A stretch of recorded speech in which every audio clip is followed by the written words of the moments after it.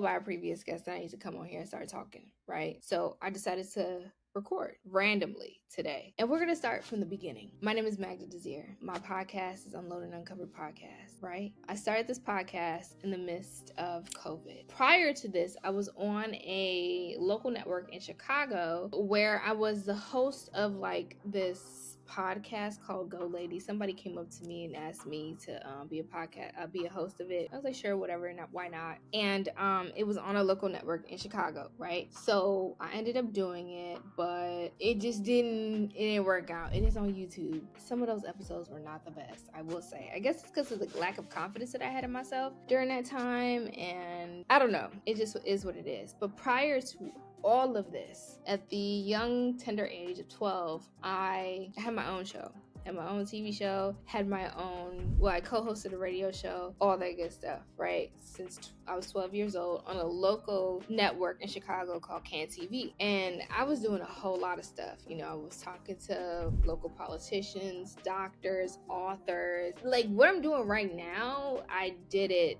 back then.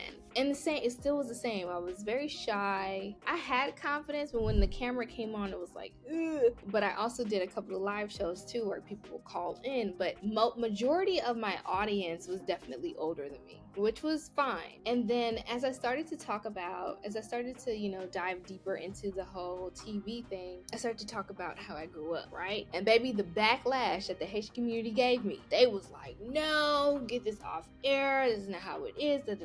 My parents were upset at the fact of what I was talking about in terms of how I was being treated by the both of them. And I grew up in a very tumultuous home. Okay, some of y'all that know me know my mama, know my dad, but my upbringing was very, very tough. It was super duper tough. Standing up for myself was looked at as being defiant, as being disrespectful. And even though a lot of people, family in particular, knew what was going on, no one came to my rescue. So even when I went to school and I was telling them what was going on at school, nobody really cared because let me tell you something. One of my parents, aka my mama, is an amazing actor. My parents are Dr. Jekyll, Mr. Hyde, both of them. And I understand why they were Dr. Jekyll, Mr. Hyde, because of the things that they were going through at the time of their life. But what I experienced traumatically was not necessary. It was not necessary. 99.9% of the punishment that I received by the hands of my mother was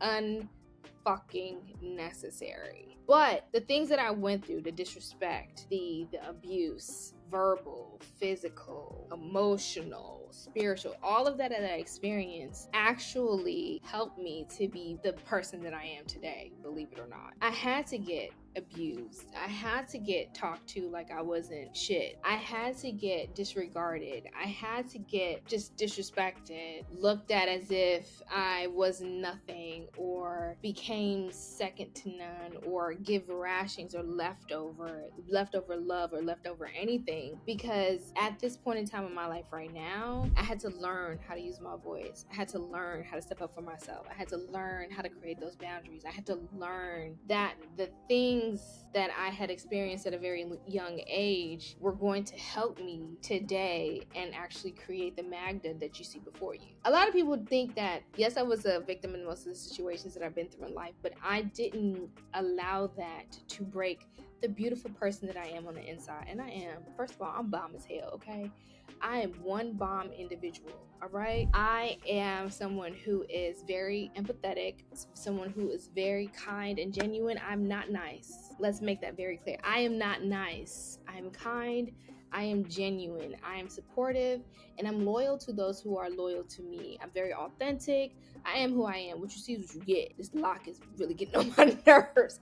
But what you see is what you get. You feel what I'm saying? You understand what I'm saying? So the things that I had to go through from childhood, teenage, and a little bit into my 20s and now adulthood created this beautiful woman that I am today, all right? And after all of that has happened, I was like, you know what? I want to talk about my story. I started to talk about my story. Then I was like, oh shit, should I keep going? Should I not keep going? Like, is this going to be the same thing that happened to me in the past? Like, if I were to talk about the traumatic experience of the culture, like the Haitian culture, in a way that I believe other people that are experiencing the same things or had experienced the same things that I experienced within our culture, are they going to be be like, no, that's a lie. No, that's not the truth. No, that's not that. So I started my podcast off like that. And then I was like, oh shit, I don't know about that. But then I started to talk about different things, my experience and what I was going through, different topics, just things that would come up in my mind and I just wanted to release. And then I got imposter syndrome.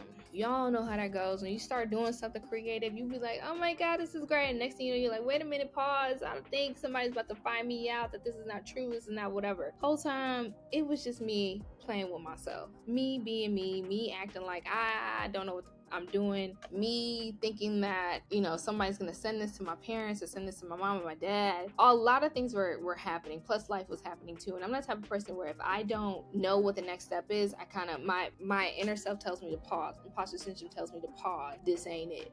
We can't move forward until we figure this out. And so I would stop and go. Then all of a sudden, when I left Chicago back in 2021 to go move to Atlanta, I decided to pick it up, but I decided to go to YouTube. So I was still talking about various topics and things like that, not trending topics, but topics that related to me. And I started to put it on my YouTube page, right? So I was like, I was doing that. Then again, stop. I don't know what it is with me and stopping, but I just stopped.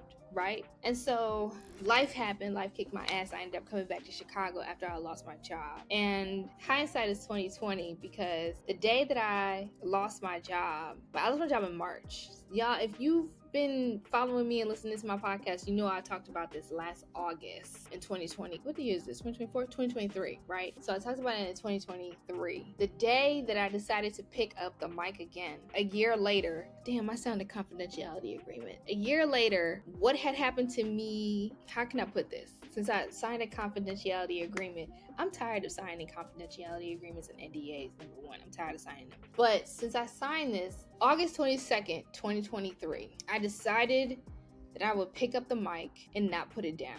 August 21st, 2023, I booked my flight back to Chicago for the next day, which is August 22nd, 2023. The day that I came back to Chicago, I immediately dropped my bags off at my mom's crib and I went downtown and I sat by the Riverwalk. And I made that decision on August 22nd, 2023 to pick up the mic and not put it down. It's already been a year of me picking up this mic and not putting it down. December of 2023, I think it was the weekend before Christmas. I was still recording. I was talking about a lot of things. I was processing what I was experiencing from 2023 and how I lost my job and where I was at and how I felt. And I even talked about how I didn't want to be alive anymore and I didn't want to be around because I had done so much work to leave a toxic environment, to stand on my own 2 feet, and I was back to where I started. I talked about how I left Chicago in October 9th, 2021 with 2 suitcases in a book bag, and I came back August 22nd, 2023,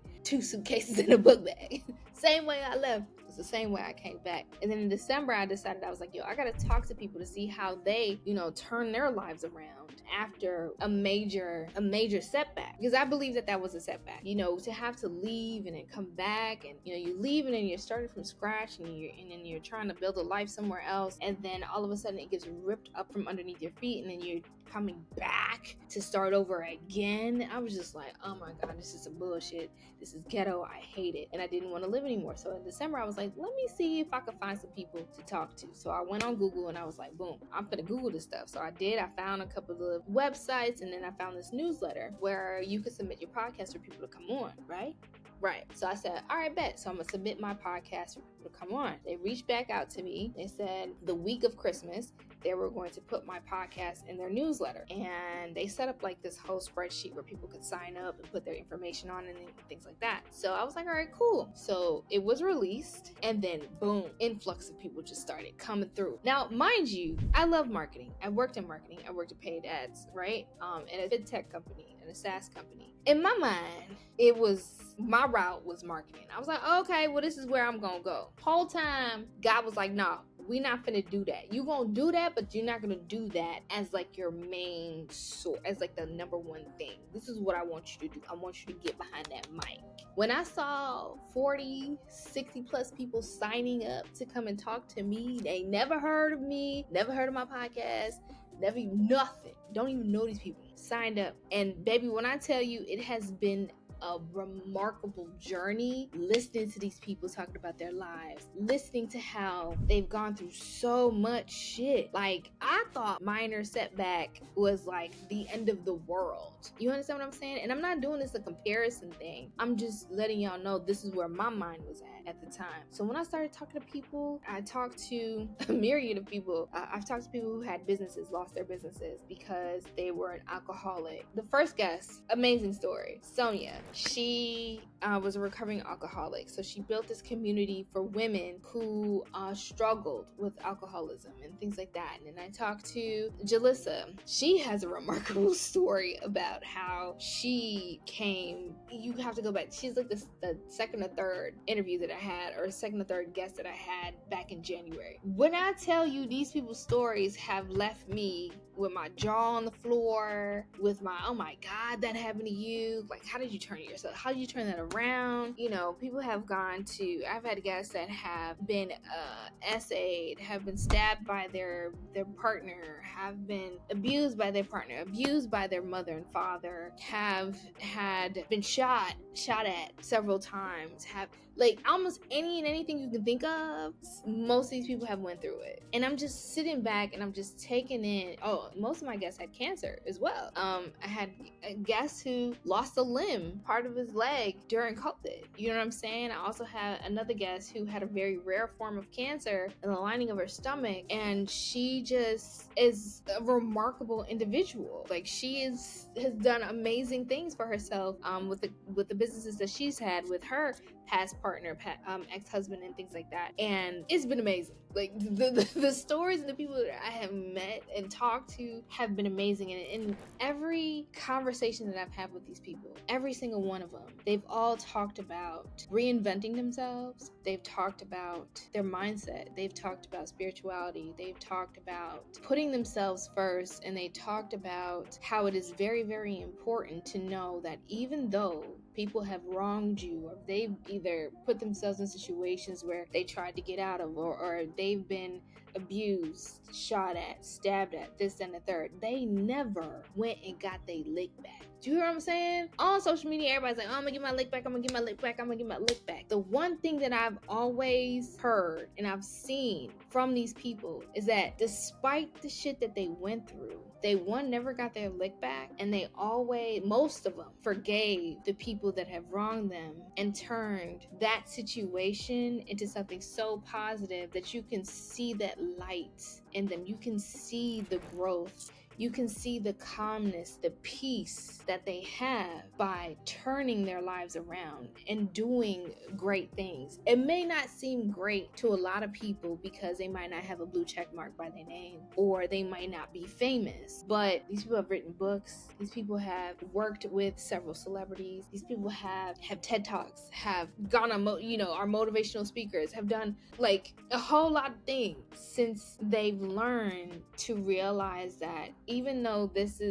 was my life, this is what happened to me, I am a victim, but I'm not sitting in that energy. I might be a victim, but I'm victorious. They were victorious at the end. It's just amazing how that all worked out. Because again, I wanted to talk to other people. I wanted to see what other people were going through, what their journeys were about, what life was like when they just were at their lowest and they didn't know where to turn. And the only thing that the thing that they kept saying was just, I prayed about it. I believed in a higher source. I changed my mindset. I know this is happening to me, but I didn't let it, take over my life. Some of them are still going through some things. Some of them have cancer that came back. Some of them, the cancer is not gone all the way, or, shit is still, life is still lifing. You understand what I'm saying? But they turn their lives around despite the shit that they went through. And it has given me so much joy and so much faith, confidence in myself to know that despite what I've been through in my life,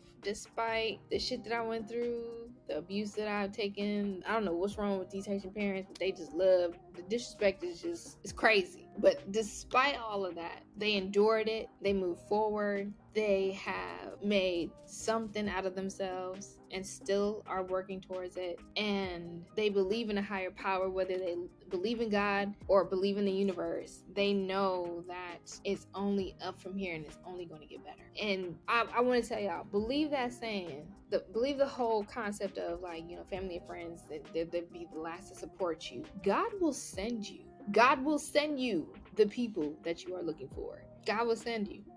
God will send you, or the universe will send the people that you are looking for, and they were the ones that will support you. They're the ones that's going to give you that push. They're the ones that's going to give you that, to help you reach that confidence or help you reach that level that you've always aspired to reach or to be or to get to. I promise you, don't worry about a friend or a family member liking and supporting your shit, because 9 times out of 10, I don't know how much I gotta say this, they're not the ones that you need to target. Your people will find you. So post that shit, post that content, post whatever it is that you need to post, because the people that will support you will find you. Your people are online and they will find you. Your social media is not for your family and it's not for your friends. It is for you, okay? It is for you and for others to discover you and to find you. And I just really, truly, truly want to thank everybody that has come on my podcast, that has shared their story, that has talked to me about the things that they have been through. Some of them have made me cry. Some of them have made me laugh. Some of them have left me with so much gems. Oh my God, the gems that these people have left for me. Their stories, remarkable. I've read some of their books. You understand what I'm saying? Like, these people are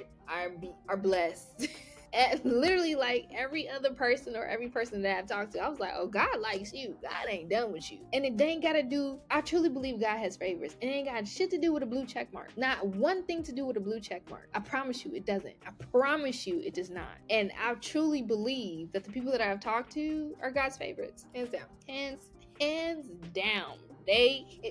God likes them. I promise you. I honestly believe that God likes these people. These people have amazing stories. And I know just by speaking to them, mine finna be great too. This is only the beginning. I haven't really dug deep into the past about the shit that I've been through. I could do a couple of story times, but I'm just saying, if you want some story times, let me know. They're a little hard and harsh, but if you want some story times, let me know. But I'm just saying that the people that I have talked to, the people that have come on my podcast, have dropped some gems. They have taught me about life. Age is just literally a number. You can reinvent yourself at any fucking age. If you have been a doctor for 30 years and all of a sudden you want to turn into a rock star at year 31, do it. If you have been a teacher for 17 years and you want to be a fashion designer in year 18, do it. They've all taught me that we all are on borrowed time, but it does not matter. It shouldn't matter to anybody about how you move or how you want to reinvent yourself at any point in time in your life.